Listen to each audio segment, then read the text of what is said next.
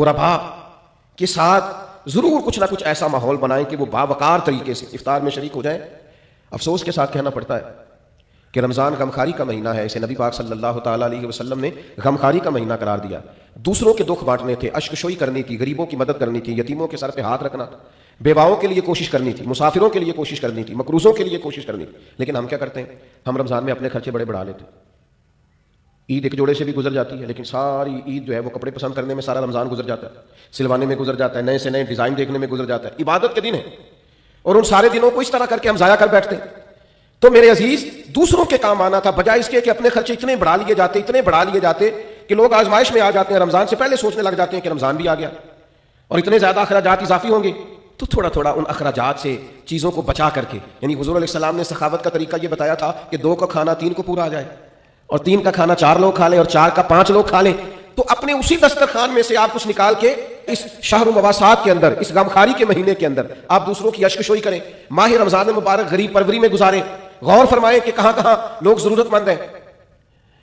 ہم نے بچپن میں مساجد میں بڑی بڑی افطاریاں دیکھی، اور واقعتاً مسافر لوگ آ جاتے تھے تو وہاں علاقے کے لوگ ہی، آج فلاں نے دیگ پکا رکھی ہے، فلاں نے چاول بنا رکھے ہیں، تو مسجدوں میں بھیج دیے جاتے تھے اور مسجد میں افطار ہوتا تھا۔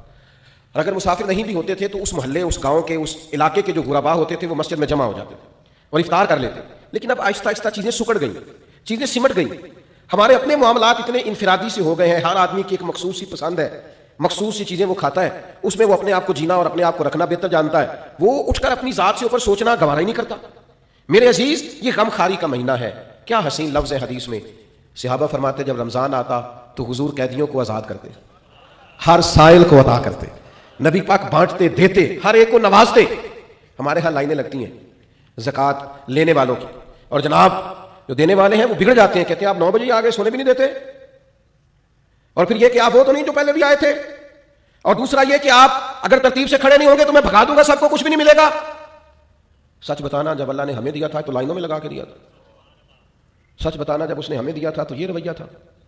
کسی درویش سے کسی نے کہا تھا میرا دل تو کرتا تھا اللہ کے رستے میں خیرات کروں پر کوئی مستحق نہیں ملتا، تو شیخ مسکرا پڑے، تو کہا حضرت آپ کے مسکرانا بڑا معنی خیز ہے، آپ کیوں مسکرائے؟ تو فرمانے لگے پہلے تو بتا، جو اللہ نے تجھے دیا تیرا حق بنتا تھا، تو جب رب نے تجھے دے دیا ہے حالانکہ تو حقدار نہیں تھا، تو پھر ٹٹولتا پھرتا ہے، تھرمامیٹر لیے پھرتا ہے۔ جس کی سمجھ آ گئی ہے تجھے غریب ہے تو دے اللہ کی رضا کے لیے۔ لیکن وہ رویوں کی تلخی، مزاج کی ترشروئی، میں اقرار کرتا ہوں اس بات کا بھی کہ بہت سارے غربا اس مہینے میں دھندے بھی بنتے ہیں، آٹا خیرات میں لے کے دکانوں پہ بیچا بھی جاتا ہے، یہ ساری چیزیں دیکھنے کو، سننے کو، پڑھنے کو ملتی ہیں۔ لیکن میرے عزیز، آپ یہ ساری چیزیں دیکھ کے کیا خیرات کرنی چھوڑ جائیں گے؟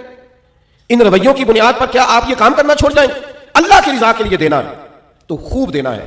اس ماہ مبارک کو نبی پاک علیہ السلام نے غمخواری کا مہینہ قرار دیا ہے، خوب اللہ کے لیے۔ ہمارا اسی جگہ دسترخوان لگتا ہے سحری اور افطاری کا، کچھ لوگ آ جاتے ہیں، سڑک پہ جانے والے غریب رکشہ ڈرائیور آ جاتے ہیں، یہاں کچھ لوگ مزدوری کرنے آئے ہوئے ہیں وہ آ جاتے، تو ظاہر ہے ادارہ زیر تعمیر تھا، ہم اتنے اخراجات افورڈ نہیں کرتے تھے، لیکن وہ چند لوگوں کے لیے دسترخوان لگتا طلباء کے لیے، تو